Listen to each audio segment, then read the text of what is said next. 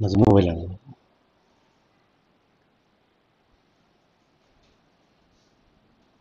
आज या कार्यक्रमाला उपस्थित असणारे विद्यार्थी आणि पालक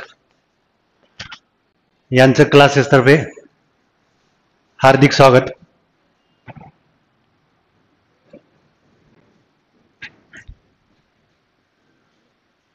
आजच्या कार्यक्रमासाठी जे दोन सन्माननीय अतिथी आहेत त्यांचं पण जोशी क्लासेसच्या वतीनं मनपूर्वक स्वागत करतो. क्लासेसमध्ये आतापर्यंत जे आपण गुणवंत विद्यार्थी सत्कार समारंभ घेतो, माझा आवाज येतो सर्वांना? तर त्या कार्यक्रमामध्ये शक्यतो आपण गेस्ट बोलवत नाही. ही पहिलीच वेळ आहे जिथे की आपण प्रमुख अतिथींना इन्व्हाइट केलंय. बाकीच्या कार्यक्रमात आपण बोलवतो. आता त्याचं कारण असं आहे की नेमकं आपण काय इन्व्हाइट केलं, तर ही जी मुलं आहेत आता 12वी पासआउट झालेली, तर त्यांना पुढे भविष्यात करिअरसाठी काहीतरी मार्गदर्शन मिळावं. आणि बहुतांश मुलांचा ओढा असा असतो की जवळपास 90% मुलं त्यांना पुण्याला ऍडमिशन पाहिजे असतं. तर पुण्याच्या कल्चरमध्ये जे 20 वर्षापासून काम करतात, तिथल्या ॲटमॉस्फिअरमध्ये अनेक कॉलेजला प्राध्यापक म्हणून ज्यांनी काम केलंय, असे एक विवेक शिंदे सर, त्यांना इन्व्हाइट केलं. तिथली परिस्थिती काय आहे, नेमका तिथल्या कल्चरबरोबर आपण कसं जुळून घ्यायचं, तिथे कसं राहायला पाहिजे, तुम्हाला काय काय संधी उपलब्ध आहेत, हे त्यांच्याकडनं तुम्हाला ऐकायला मिळावं, हा एक त्याच्या पाठीमागचा उद्देश आहे. म्हणून त्या गेस्टला आपण इन्व्हाइट केलं. दुसरे जे गेस्ट आहेत ते आमचे मार्गदर्शक सुनीलजी लोहिया सर, जे स्वतः म्हणजे त्या काळात जेव्हा की इंजिनिअरिंग कॉलेजची संख्या अत्यंत कमी होती, त्यात पुन्हा नंबर लागणे म्हणजे बोर्डाचं ग्रुपिंग लागायचं 90 पेक्षा जास्त. म्हणजे आता समजा 3 लाख म्हणजे समजा 300 कॉलेज असतील तर त्यावेळेला 10-20च असतील, 90 पेक्षा जास्त मार्क लागायचे. तशा परिस्थितीत इंजिनिअरिंग कंप्लीट करून IIT सारख्या इन्स्टिट्यूटमध्ये एमटेक करून नोकरी न करता परत स्वतःचा उद्योग, एक आपल्यासमोर एक आयकॉन म्हणून जे आहेत, तर तो एक अँगल आपला असला पाहिजे की आपण जेव्हा इंजिनिअरिंग सारखं क्षेत्र निवडतो त्यावेळेला मग समजा हे सगळं व्यावसायिक क्षेत्र आहे, तिथं जर का जॉब मिळाला नाही तर मग आपल्या स्वतःचं करिअर करण्यासाठी आपण उद्योग उभारला पाहिजे, ही प्रेरणा आपल्याला मिळावी. ह्या उद्देशानं आपण दुसरे जे गेस्ट आहेत त्यांना या ठिकाणी इन्व्हाइट केलं. पालकांना आम्ही आवर्जून या कार्यक्रमाला बोलावतो. बरेच पालक असे असतात की ते विद्यार्थी जेव्हा 1-2 वर्ष आमच्याकडे शिकतो त्यावेळेला मग त्यांचा कधी संपर्क होत नाही, कधी भेटतात. त्यानिमित्तानं पालक इथे यावे. दुसरं असं आहे की जेव्हा मी या कोचिंग क्लासमध्ये प्रवेश केला होता, म्हणजे सुरुवात केली, त्यावेळेला मी माझे सब्जेक्ट शिकवायचो, मॅथमॅटिक्स, आणि माझ्याकडे येणाऱ्या विद्यार्थ्यांना मी स्वतः एकटा पूर्ण विषय शिकवायचो. जवळपास मी 22-23 वर्षे काम केलं अशाच पद्धतीनं. पण नंतर मात्र हे स्वरूप बदलत गेलं. बाहेर अकॅडमीचं प्रस्थ चालू झालं.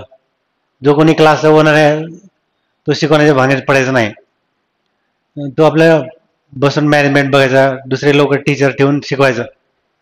पण माझ्यामध्ये जे रुजलेल्या गोष्टी आहेत की जोपर्यंत आपण क्लास घेतो तोपर्यंत आपला क्लास, आपण जर शिकवत नाही तर मग आपला क्लास नाही. ही जी धारणा आमच्या सरांनी पण घालून दिली होती की तुम्ही जोपर्यंत काम करता, तुम्ही जोपर्यंत स्वतःहून ऍक्टिव्हली, तोपर्यंत तुम्ही हे काम करा. हे सेवा व्यवसाय आहे, इथं माणसं ठेवून काम करायचं नाही. ठीक आहे, ट्रेडिंगचा व्यवसाय करता तुम्ही, तिथं दुसऱ्या माणसाच्या हस्ते तुम्ही करू शकता, पण जिथं तुम्ही जे काम करू शकता ते दुसऱ्याला जमेलच असं नाही. त्यामुळे तुम्ही स्वतः ऍक्टिव्हली काम करावं, असं जालनापूरकर सर नेहमी सांगायचे, जे माझे गुरु आहेत. मग ते माझ्यावरती संस्कार झालेले, त्यामुळे माझी ही डेअरिंग नाही झाली की आपण आणखीन काही स्टाफ आणावा आणि मग मोठी अकॅडमी काढावी, त्याचं खूप मोठं स्वरूप द्यावं. म्हणून मी माझं स्वतःचं काम करत राहिलो. पण त्याचा दुसरा इम्पॅक्ट असं झाला की मार्केट सगळं एका बाजूला आहे आणि मी मात्र प्रवाहाच्या विरुद्ध काम करतो आहे. प्रचंड मोठे अकॅडमीची जाहिराती पेपरमध्ये पान पान भरून आपण आपलं आपलं काम करतोय. अशा परिस्थितीत हे सगळं चालवणं पण अवघड होत आहे. परंतु शेवटी आपण एक तत्वाला धरून वागायचं ठरवल्यानंतर मग काही गोष्टीला आपल्याला मुरड घालायला लागते. 2014 पर्यंत आपल्या क्लासेसमध्ये जवळपास एका म्हणजे 700-800-1200 विद्यार्थ्यांना कोचिंग दिलं. त्याच्यात 2014 नंतर थोडंसं वातावरण बदललं. इंजिनिअरिंग कडे जाण्याचा कल थोडा कमी झाला मुलांचा. 2-4 वर्ष ती परिस्थिती राहिली. पुन्हा लॉकडाऊन आलं, त्यात थोडंसं आणखीन फरक पडला. पण आता थोडं परिस्थिती सुधारत आहे आणि मॅथ्सकडे येणाऱ्या मुलांची संख्या वाढते आहे आता अशात. परंतु अकॅडमीचं जे प्रस्थ आहे ते अजून आहे, काही दिवस ते राहील. मी नेहमी हे म्हणत असतो की हा जो लातूर पॅटर्न आहे हा आमच्या अगोदरच्या पिढीनं तयार केला.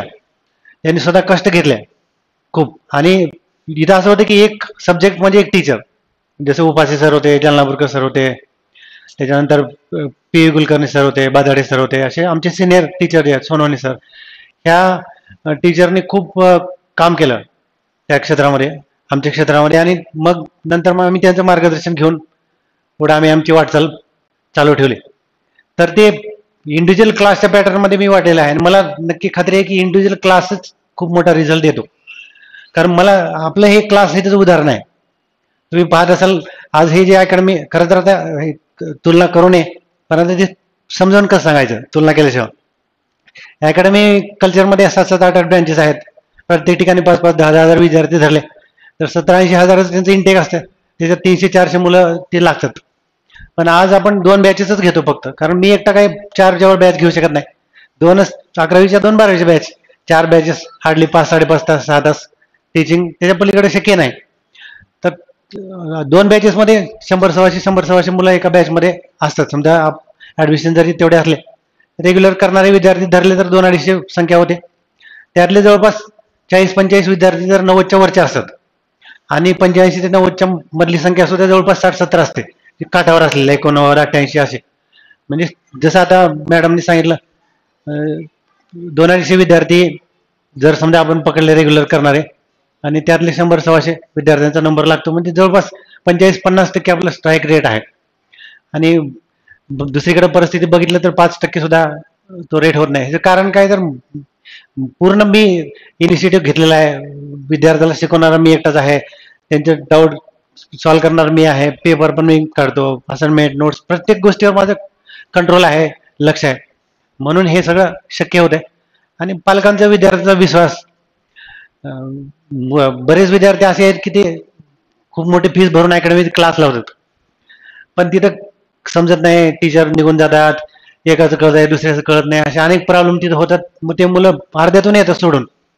मग त्यांना त्यांचा इंटरेस्ट निघून गेला असतो तोपर्यंत त्या सब्जेक्टमधला. मग त्यांना इंटरेस्ट तयार करून त्या मुलांमध्ये त्यांना गोडी निर्माण करून त्यांना शिकवणं. आणि कित्येक मुलं तर मी असे बघितलेत की अक्षरशः म्हणजे 1.5-2 वर्ष ते कम्प्लिटली जेई पॅटर्न अभ्यास केलेला असतात. शेवटी आमच्याकडे क्रॅश कोर्समध्ये 45-50 दिवस येतात आणि 95-90च्या वरती मार्क त्यांना पडतात. थोडंसं त्यांना त्या सीईटीच्या टचनं प्रॉपर गायडन्स दिलं तर ते शक्य होतं. आता मी मॅथचा क्लास घेतो, त्यामुळे माझ्या मुलांना पहिल्यापासून आग्रह असतो की तुम्ही पहिला प्रिफरन्स सीईटीला द्या. कारण की जेई ही एक्झाम आहे ती ऑल इंडिया लेवलची आहे. 10-12 लाख मुलं परीक्षा देतात, हार्डली 30-40 हजार जागा, किती जरी पकडलं तरी 60-70 हजार जागा, तितकी प्रचंड स्पर्धा आहे. तर त्याची तयारी जरूर करा, त्याच्याबद्दल वाद नाही, परंतु त्याच्यावर विसंबून राहू नका. आपल्याकडे बऱ्याच वेळेला काय होतं की मुलं सीईटी किंवा बोर्ड हातच नाही लावत आणि फक्त जेई करतात 2 वर्ष. आणि जेई करून समजा 95च्या खाली जरी मार्क आले, 94 जरी आले, 93 आले, तरी त्याला कुठंच त्याचा फायदा होत नाही. म्हणून मी ते एक स्ट्रॉंग ऑप्शन जे आहे सीईटीचं ते मुलांना करायला सांगतो. कारण की सीईटी मधनं सुद्धा महाराष्ट्रातले टॉपचे इंजिनिअरिंग कॉलेज, सीओबी सारखे किंवा व्हीजीटीआय सारखे कॉलेजेस मिळतात. हे पण बाहेर वातावरण असं आहे की ते सीईटी म्हणलं की त्याला फालतू किंवा त्याच्याकडे बघू नका, दुसरीकडे अशी परिस्थिती आहे. मग सीईटी शिकवणार समजा घेणारा एखादा टीचर असेल तर त्यालाही कमी लेखलं जातं, तयारी करणाऱ्या विद्यार्थ्यालाही कमी लेखलं जातं. तर त्याला सुद्धा आपल्याकडं ही परिस्थिती आहे. तर तरी सुद्धा हे सगळा विरोध सहन करून आम्ही मुलांना फोर्सफुली सांगतो की तुम्ही करा, जरूर करा जे, परंतु सीईटीकडे दुर्लक्ष करू नका, कारण शेवटी तुम्हाला कामाला येणारे मार्क सीईटीचे आहेत. तर त्या मार्काचा तुम्ही विचार करा आणि अभ्यास करा असे सांगतो. त्या कारणानं आपला जो रिझल्ट येतो, नाहीतर आज बघितलं तर कुठल्याच अकॅडमीनं आज सीईटीचा रिझल्ट लावलेला नाही, बोर्डाचा लावलेला नाही, कोणीच लावलेलं नाही, पब्लिशच केलेलं नाही. फक्त ते नीटचे रिझल्ट पब्लिश करतात. काय थोडेफार जे येतात मुलं, ते पण अगदी म्हणजे 2-4च मुलं असतात जे टॉपर 98, 99 वाले. पण ओव्हरऑल रिझल्टचं काय आहे, बऱ्याच वेळेला आपण पाहतो की समजा माझ्याकडचा एखादा मुलगा समजा आउट ऑफ मार्क घेतला आणि बाकीच्यांना काहीच मार्क मिळाला नाही, तर त्याला काही मतलब नाही. मी नेहमी ह्या गोष्टीला महत्व दिलंय की टॉपरच आवश्यक आहे, महत्वाचं आहे, नाही असं नाही, पण टॉपरपेक्षाही आपल्याकडे किती मुलं शिकतात आणि त्यातले किती मुलांचे मार्क वाढले हे खूप महत्वाचं आहे. नाहीतर मग एवढे मोठे विद्यार्थी आहेत, 5-25 टॉपर आले आणि बाकीच्यांचा काहीच रिझल्ट नाही, असं होत नाही. म्हणजे बऱ्याच ठिकाणी हे आपल्याला पाहायला मिळतं. आपण इंडिव्हिज्युअली प्रत्येक मुलाकडे लक्ष देतो, एक 10-20% मुलं सुटतात. त्याचं एक कारण आहे की ते रेग्युलर क्लास करत नाहीत, बऱ्याच वेळेला सांगितलेले ऐकत नाहीत.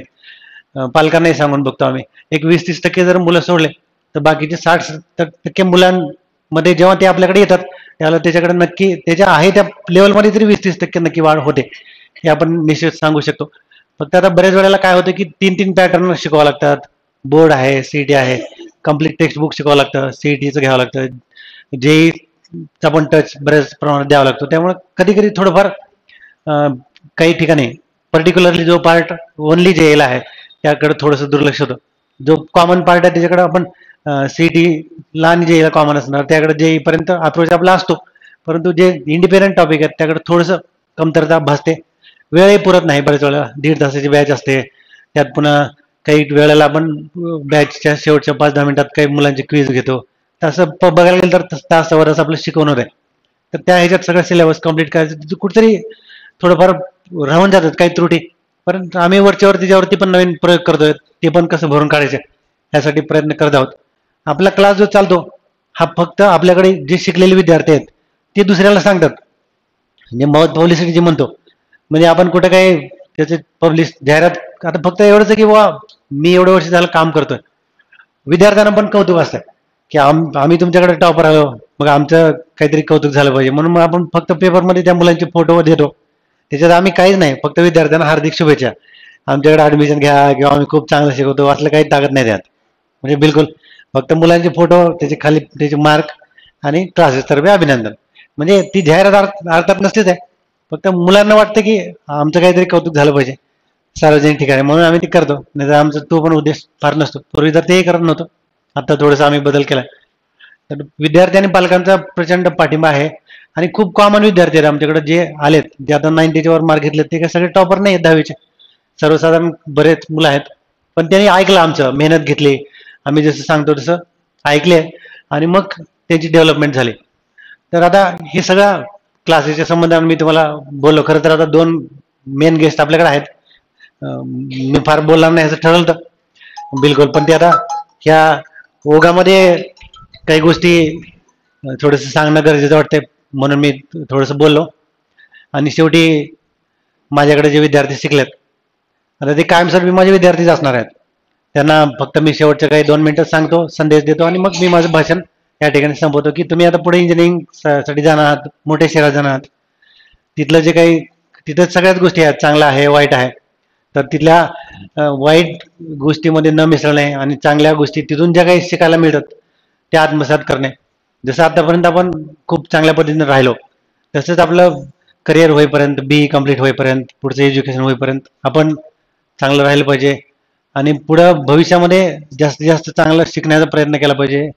तुम्ही जरी इंजिनिअरिंग कॉलेजला ऍडमिशन घेतलं तरी सोबतच काही कोर्सेस जे आपल्याला पुढे लागतात ते केले पाहिजेत, ऍडव्हान्स नॉलेज घेतलं पाहिजे.